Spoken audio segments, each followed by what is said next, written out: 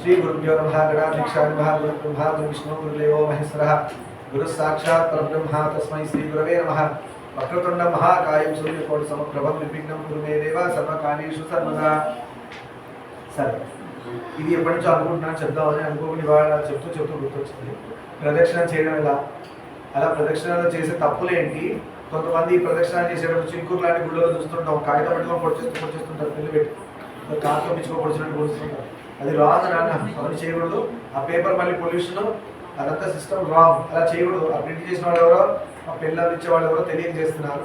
నిర్మోహమాటంగా ప్రదక్షిణం చేయాలనుకున్న వాళ్ళు ఫస్ట్ నీతి ఏంటి, ఫస్ట్ చేయాల్సిన రూల్ ఏంటంటే రుద్రాక్ష మాలను క్యారీ చేయండి, ఆ జపమాల క్యారీ చేయండి. దానిలో 108 బీడ్స్ ఉంటాయి. ఒక ప్రదక్షిణ వంగనే ఒక మాల కౌంట్ చేయాలి, అర్థమైందా? అలా 108 ఫస్ట్ ప్రయారిటీ. అది కుదరిన వాళ్ళు పూలు 108 ఏవి గాలికి ఎగిరిపోయే పూలు కాదు, బరువుగా ఉండే పూలు ఉంటాయి, బంతి పూలు లాంటివి ఏవో పూలు తీసుకొని ఒక చేతికి సంచి తగిలించుకోండి. కావాలంటే ఈ సంచి ఒక తగిలించుకోండి, హాయిగా ఈ పూజ స్థితిలో వేడి ఛాన్స్. లేదు ఒక్కలు డబ్బాలు పోసుకోండి. ఒక్కలు మంగళమైనవి వాడాలి. ఒక్కలు ఏదో ఎండుమిరపకాయలు అంటే ఏదో పూజ ఇస్తున్నారు, అలా కాదు. నిమ్మకాయలు ఇలాంటివి వాడకండి. గుమ్మడికాయలు ప్రదర్శనాన్ని వాడాలి, అర్థమైందా? ఇక ఛాన్సెస్ గుమ్మడికాయలు కూడా పెడతారు, కిస్మిస్ ఇలా తెచ్చుకుంటారు. రాంగ్, అలా చేయకండి. ఒక్కలు తెచ్చుకోండి, పూలు తెచ్చుకోవచ్చు, అర్థమైందా? కొంతమంది ఎండుమిరకాయలు అవన్నీ పెడతారు, అవి వేరే వేరే పూజలు వాడతారు. గుళ్ళో వాడు శుభ్రం చేసుకోవడానికి కష్టం, అంటే దిష్టి తీయడానికి ఇంకేవేవో వేరే పూజలు వాడతారు. అలా చేయకండి. బెస్ట్ రుద్రాక్ష. ఎందుకు ఎవరి డిస్టర్బెన్స్? ఆ పేపర్లో పట్టుకెళ్తారు, పొడుస్తూ ఉంటారు, అదంతా వాడి చీజ్ ఎక్కడో పడేస్తాడు, చిమ్మేవాడు కదా డ్యూటీ. అని ఇంకోటి ప్రదక్షిణ చేసిన వాడు ఏ పొల్యూషన్ చేశాడో అది వాడి రెస్పాన్సిబిలిటీ. ఎందుకంటే ఆ ప్రదక్షిణ చేసిన పుణ్యం మీరు చేసిన పాపం వల్ల కొట్టేసుకుంటారు. పాపం పడుతుంది ముట్టకాయ, ఇది అట్లే ఉంటుంది. దేవుడు తిట్టుకుంటాడు, వీడు నా పేరు మీద చెప్పి ఎంత చెత్త చేస్తున్నాడు రా. అలా చేయకండి. నీట్గా మనం గుడికి వెళ్ళామా, మన వల్ల ఏమైనా పొల్యూషన్, కొబ్బరికాయలు కొడుతుంటారు, తింటుంటారు, పెంకి ఎగిరిలో కూడా పడుతుంది. పాపం ఎవడో 108 తిరగాలని వాడడానికి తొక్కుతాడు, గుచ్చుకుంది, రక్తం వచ్చి 108 ఆగిపోయింది. ఆ పాపం వీటి పడుతుంది. కొబ్బరికాయ తినడంలో ఉన్న ఇంట్రెస్ట్ దాన్ని పెంకు తీయడంలో కూడా ఉండాలా అని ఇంకోటి తొక్కకుండా డస్ట్బిన్లో పడేసే మినిమం కామన్ సెన్స్ రెస్పాన్సిబిలిటీ ఉండాలి. గుళ్ళో ఎక్కడ పడితే అక్కడ కొబ్బరికాయలు దడా కొడుతుంటారు, తింటుంటారు. ఇది నేను కర్మగాడు కూడా చూశాను.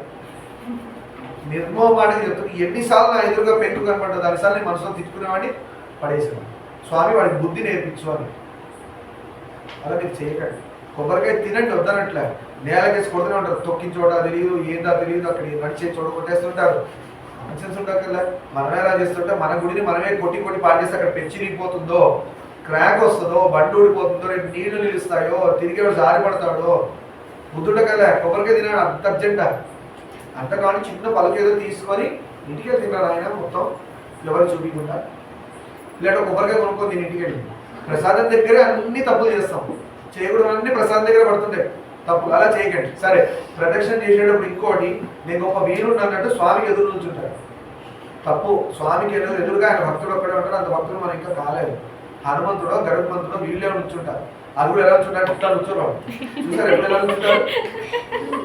ఎలా నుంచుంటారు? స్వామి హనుమ ఎలా ఉంటారు? రాముల వారి ఆలయంలో గరుత్మంతుడు ఎలా ఉంటాడు? ఇలా ఒదిగి ఇలా ఉంటారే కానీ మనం ఎలా నుంచుంటాం? ఇలా కృష్ణమూర్తి ముందు ఇలా నుంచుంటాం. మనం చూస్తుంటాం చాలా మంది చెస్ట్ చాలా పెద్దగా ఉన్న ఇలా జెంట్స్. వెనక హనుమ ఏం చేస్తాడు? కథ పట్టుకొని ఉంచుంటాడు, గుడి టక్కుమని కొట్టడానికి, కథ ఉంచడానికి. అలా చేయకూడదు. మన దేవుడు ముందు ఇలా కాదు ఉండాల్సింది, ఇలా ఉండి ఒదిగిపోవాలి. స్వామి నీ చెయ్యి నా మీద పెట్టా అంటే మేము ఇలా ఉంటే ఎలా అవుతుంది? నువ్వు ఇంత కష్టపడి పెట్టాలా నా మీద? అంత అవసరం స్వామి, నేను ఇలా ఉంటా, నువ్వు ఇలా తీసి ఒక్కసారి ఇలా పెట్టి తీసేయి అని రిక్వెస్టింగ్గా ఉండాలి. ఇది డెవలప్ చేసుకోండి. వాడు ఇలా ఉంటే హార్ట్ అటాక్ వస్తే ఇట్లా అవుతాడు. అందుతున్నవాడు ఇట్లా అయిపోతాడు. హార్ట్ అటాక్ వస్తే లేనిపోదని ట్యూబ్ లోపల పెడతారు, అప్పుడు నొప్పి తెలుస్తుంది. అలా నుంచోకండి.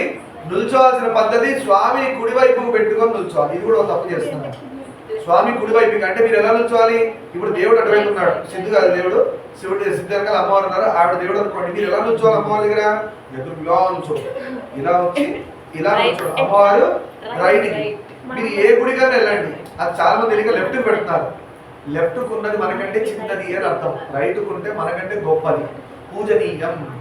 సో ఎప్పుడు దేవుడు మనకి రైట్గా ఉండాలి. అందుకే ప్రదర్శన ఇలా చేయం వేరే వాళ్ళ పద్ధతిలో, మన పద్ధతిలో ఇలా చేస్తాం. ఎప్పుడు దేవుడు మనకి రైట్గా ఉంటాడు. దీనికి ఇంకో కారణం మనకి అక్కడ ఉన్న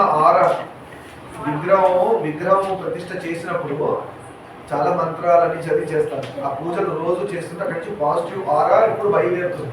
తిరిగినప్పుడు మన బ్రెయిన్ అబ్జర్వ్ చేస్తుంది. దానివల్ల మనకు ఆ ప్రెజెంట్నెస్ అక్కడ గుడిలో ఉంటుంది.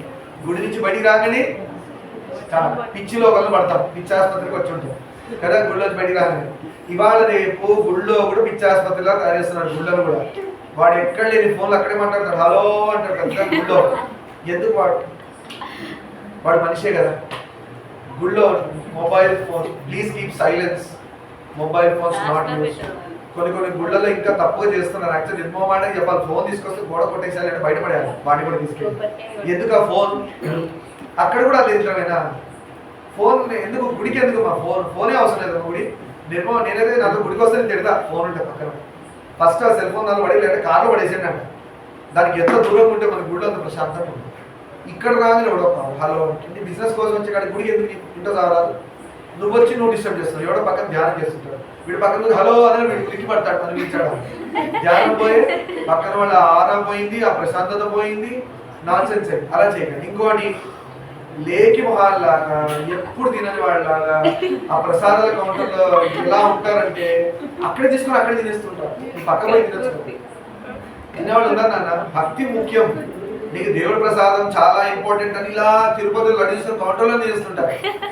అక్కడ ఉన్నారు నాన్న, చూశాను, ఉన్నారు. మనిషి కదా, అన్ని రకాలు ఉంటాయి. అన్ని రకాల జీవులు మనుషుల్లో కనబడుతుంటాయి. అవునా? 3 కోట్ల జీవరాశుల అన్ని కూడా మళ్ళీ మనుషుల రకాలు. కోతి కూడా కోతిని చూసి నేర్చుకోవచ్చు. ప్రసాదం ప్యాకెట్ పాపం అది రాకపోయినా అక్కడ కూర్చొని తెలిసి దేవుడు ఎక్కడో పోయి పైన తింటుంది. దాని కూడా సంస్కారం మనకు లేదు. ప్రసాదం కింద పడి ఎదురా కింద పొరపాటు ప్రసాదం పడ్డది అనుకో, పరిగెత్తి వచ్చి తీసుకొని తింటుంది. మనం ఏం చేస్తాం? పోతూనే ఉంటాం. ఇదొక జీవి, అలా పోతూ వెనక వచ్చాడు, తొక్కాడా లేదా? ఇంకోటి కూడా చెప్పాను, పూలు కింద పడితే తీయాలని చెప్పాను. ఎంతమంది చేస్తున్నారు? Very good. ఈ చేంజ్ రాకపోతే పురాణం ఏం చెప్తుంది? మనిషికి జంతువుకి సమానం.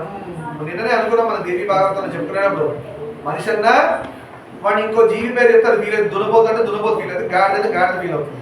అందుకని ఏ జంతువు పేరు చెప్పలేకపోతున్నాం. మనిషికి మనిషే, అలాంటి జీవి అనుకోవాలి. అలా పూలు కింద పడితే తొక్కకూడదు.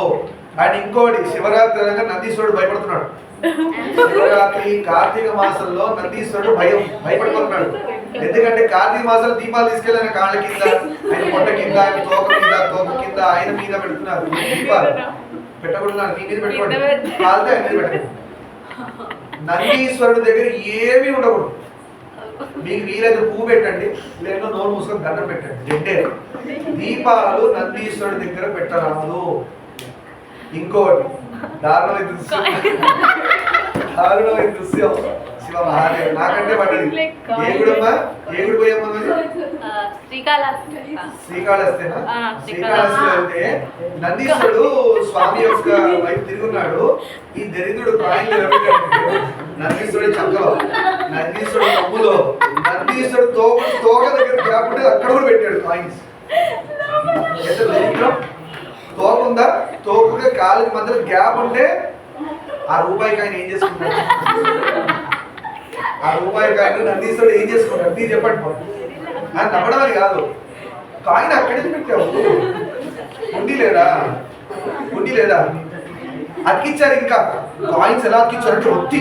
ఆ శాడిస్ట్ ఎలా ఉంటాడో, కాయిన్ పొరపాటున నందీశ్వరుడు చర్మం నుంచి కింద పడిపోతే తన పాపం వస్తుంది, నా లక్ష్మణ్ వెళ్ళిపోతే భయపడ్డట్టున్నాడు. ఆ కాయిన్ ఇలా పొత్తుతాడు నందీశ్వరుడు, అతుకుపోవాలన్నమాట. వీడి శాడిస్ట్ ఎక్కడ ఉందంటే ఆ 1 రూపీ కాయిన్ ఒత్తి నందీశ్వరుడి చర్మానికి అతుకుపోవాలి. ఆయన ముద్ర పడిపోదు. రేపు పొద్దున నరకంలో ఎప్పుడు రెడీగా ఉంటాడు, ముద్రలు వేసి పచ్చబొట్లు వేస్తాడు. వేసి గుచ్చి పచ్చబొట్లు వేస్తే అప్పుడు ఎందుకు స్వామి ఎందుకు నన్ను ఇలా కొడుతున్నారు, ఎందుకు ఇలా ముద్రలు వేస్తున్నా అంటే, ఒరే శ్రీకాళహస్తిలో నందీశ్వరుడికి ఎక్కడెక్కడో కాయిన్లు దోపి ఎక్కడెక్కడో ముద్రలు వేసి ఇబ్బంది పెట్టావు కదా, నీకు కూడా కాయిన్లు దోపుతాను రా అంటాడు. ఎక్కడెక్కడ ఒప్పుకుంటారా? మీరు నమ్మరు. మా శుభని నేత్రాన్ని పంపించి రేపటి రోజు శివరాత్రి కాబట్టి ఇంత మాట్లాడాల్సి వస్తున్నాను. ఎందుకంటే ఎన్నో రోజులు మనం చాలా గొప్పమైన పని చేసి మనం ఉంటాం కాబట్టి కొన్ని ముఖ్యమైన విషయాలు మాట్లాడుకోవాలని చెప్తున్నాము. మీరు నమ్మరు. మా శుభనేత్రం పంపించి అన్ని కాయిన్లు పీకిచ్చాము. మా శుభనేత్రం పోయి పీకి తెస్తుడి కెమెరాలు ఉన్నాయి, లేకపోతే దొంగలే ఒక కాయిన్ ఎదుర్కొపోతున్నారు అనుకుంటారు. మళ్ళీ అదో గోల. కెమెరాకి ఇలా చూపిమను, నేనే చెప్పా ఇగో కెమెరాకి ఇలా చూపిమను, తీసుకెళ్ళి పక్కన ఉండింది ఇలా వేసేసి కెమెరా వైపు తీరు అలా చేయమని చెప్పాను నేను. మరి ఏం చేస్తావు, మనం ఎత్తుకెళ్ళావు నువ్వు అంటే మంచి చేయడానికి పోయినావు ఇదో గోల. ఆ గుచ్చిలోని ఏమంటారు, ఇది మంచి పని తీసి ఉండి వేసామని పట్టుకుంటారు. మరి నువ్వు కాయిన్స్ ఎందుకు తీసేవాడు, అప్పటికి ఒక ఆయన తీయకూడదు అన్నాడు. నేను ఒకటే అన్నా, ఎవరేం మాట్లాడినా కూడా మీరు నా దగ్గర తీసుకురండి అని చెప్పాను. మరి నేను కాయిన్లు ఎలా పెట్టా నీకు కూడా పెడతా, నువ్వు ఒప్పుకుంటావా? అరే మనకు ఒక మాట చెప్తాము, గుళ్ళో కూడా పిల్లర్స్ మధ్యలో రాళ్ళ మధ్యలో అబ్జర్వ్ చేయండి, తిరుపతిలో ఎలా ఉందంటే అసలు అట్లా మనిషి తయారు నాకు అర్థం కాదు. ఉండండి మాట్లాడకండి. ఆ పిల్లర్ మధ్యలో కాయిన్లు పెడుతున్నాడు అవునా, దానివల్ల ఏమైంది, గ్యాప్ ఏర్పడింది. అక్కడ ఉన్న సిమెంటో మెటీరియల్ ఏదో ఊడిపోయింది.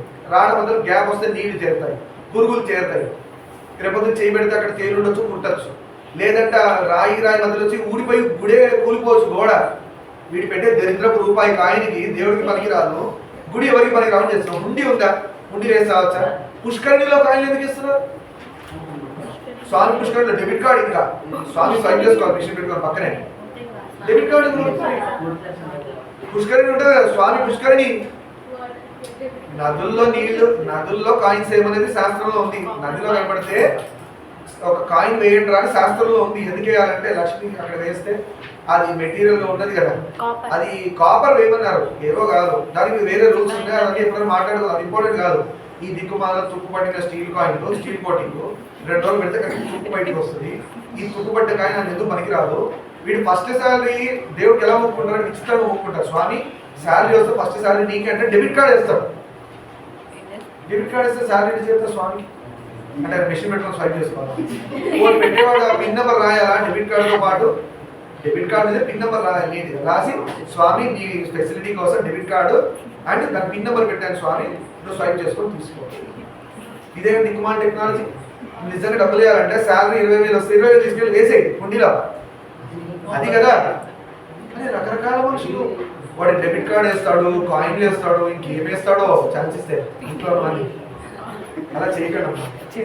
ధనం డబ్బు వేయాలంటే నదిలో అయితే రాగి నాణాలు వేయాలి. అప్పట్లో రాగి నాణాలు ఉండేవాడు, వేసేవాడు. ఆ కాపర్ నీళ్ళల్లో ఉంటే ఆ కాపర్ యొక్క వాటర్ వల్ల వాటర్ ప్యూర్ అవుతుంది. కాపర్ బాటిల్లో నీళ్ళు అవుతున్నాయి కదా, ఆ విధంగా మనకు వస్తుందని చెప్పారే కానీ అలానే అక్కడ ఉన్న జీవులకు కూడా మంచిది వాటిలో ఉండేవాడు. ఈ దిక్కుమాల సిల్వర్ చెత్తతో అదే మన ఈ స్టీల్ చెత్త, ఇనుము చెత్త వేయకండి. రెండవది హుండీలో మాత్రమే డబ్బులు వేయండి. లేదు హిందీలో వేస్తే మీకు ఎవరెవరికో వెళ్ళిపోతాయి, వేరే వాళ్ళతో డెవలప్ అవుతున్న డౌట్ ఉందా, పురోహితుడికి వాడైతే చిక్క పెట్టుకొని బ్రాహ్మణుడు ఉంటారు కదా పెద్ద ఆయన చేత పెట్టి దండం పెట్టండి, ఆయన సంతోషపడతారు.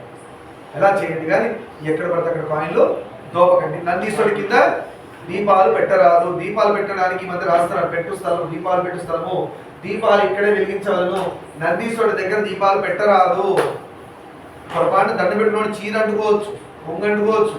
మీరే ఆలోచించండి, మీ వెనకాల దీపం పెట్టేసి కూర్చోబెడితే ఒప్పుకుంటారా? మరి నందీశ్వరుడు దగ్గర ఎలా పెడుతున్నారు?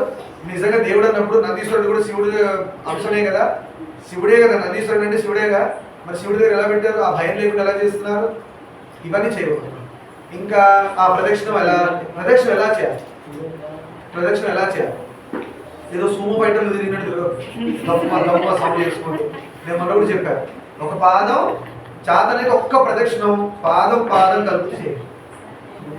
ఎవరో ఏమనుకుంటారు, వీడేంటి జోకర్ లా చేస్తున్నాడు, వాడు జోకర్ కాబట్టి అలా చేస్తున్నాడు, మీరు కట్టి చేస్తాడు, మిమ్మల్ని చూసి వాడు బాగుపడతాడు. మీరు ఎవరో ఏమనుకుంటారని ధర్మం ఫీల్ అవ్వద్దు. ధర్మం ఎలా ఉంటుందంటే 100 మంది అధర్మం చేసినా ఒక్క ధర్మాత్ముడు చేసింది 99 ఫాలో అవుతారు. ఆ 99 తప్పు చేస్తున్నారు, దాన్ని సౌండ్ చేసుకుని బట్టలు ఊడిపోయేటట్టు. అలా చేయకండి. పాదం మీద పాదం అని కూడా చెప్పారు. ఒక క్యారింగ్ లేడీ ఆముదమో నూనె కింద పడితే వేడిని ఎత్తుకొని పాలకుండా నెత్తి మీద పెట్టుకొని నడిచే అంత నెమ్మదిగా నడవాలి. అంత ఓపిక ఒక్క ప్రదక్షిణ చేయండి రా, చాలా దేవుడు చాలా సంతోషపడతారు. 108 తన ఒక చోట పెంచులు వెళ్ళిపోయి, ఒక చోట బండలు ఊడిపోయి 108 అయితే ఈరోజు గుడి ఏమవుతుంది. అలాంటి ప్రదక్షిణాలు వద్దు. పక్కన ధ్యానం చేసుకుంటున్న వాళ్ళకి ఆ చెప్పులు ఆ దమ్మ సౌండ్ వినపడకూడదు. లోపల స్వామి ప్రశాంతంగా ఉంటుందని కూర్చున్నాడే కానీ మీరు ఈ సౌండ్ చేస్తా అంటే రాయి ఉంటుంది, స్వామి వెళ్ళిపోతారు. మీ కోరికలు ఏం తీరవు, వేస్ట్. బండరాయి చుట్టూ తిరిగినట్టే ఉంటుంది. అలా సౌండ్ చేయదు. గంటలు గణ మోగించొద్దు. గంట మోగించాల్సింది ఒకటేసారి. హారతప్పుడు మోగిస్తారు. లోపల ఉన్న పురోహితుడు చెప్తాడు గంటలు మోగించండి ఆయన అంటే అప్పుడు మోగించాలా. లేదు మీరు వచ్చారు అని గంట మోగించాలంటే ప్లెజెంట్ గా గంట సొట్టబడినంత గట్టి కొట్టక్కర్లే, లేదంటే గిల ఊడిపోయినంత కొట్టక్కర్లే. చిన్న ఇలా కొట్టినా కూడా ఆయన కళ్ళు తెరిచి చూస్తాడు, వచ్చావా అంటాడు. ఆయన కళ్ళు తెరిచి చూడక్కర్లే. మీరు ఇంట్లో స్వామి నేను వస్తున్నానని ఆయన వెళ్ళిపోయింది లెటర్. ఆయన మనసులో చేరిపోతుంది. ఎందుకంటే ఆయన అందరి మనసుల్లో ఆత్మగా అందరిలో ఉన్నాడు కదా. స్వామి నేను శ్రీశైలం వస్తున్నాను స్వామి అనగా వచ్చేలా వెయిట్ చేస్తున్నా అంటాడు. అట్లా ఉంటుంది ఆయన లెక్క. అందుకే సాక్షి గణపతిని పెట్టి అటెండెన్స్ వేయిస్తున్నాడు. ఎవరైనా వచ్చారు శ్రీశైలంలో సాక్షి గణపతి దర్శనం చేసుకుని శివుడి దగ్గర పోవాలి. తెలియక అటెండ్ చేస్తున్నారు. సాక్షి గణపతి దగ్గర ఆయన గంట పట్టుకుని ఉంటాడు. అందుకనే గంట అంటే రాసే పెన్ను ఇలా పట్టుకుని ఉంటాడు సాక్షి గణపతి.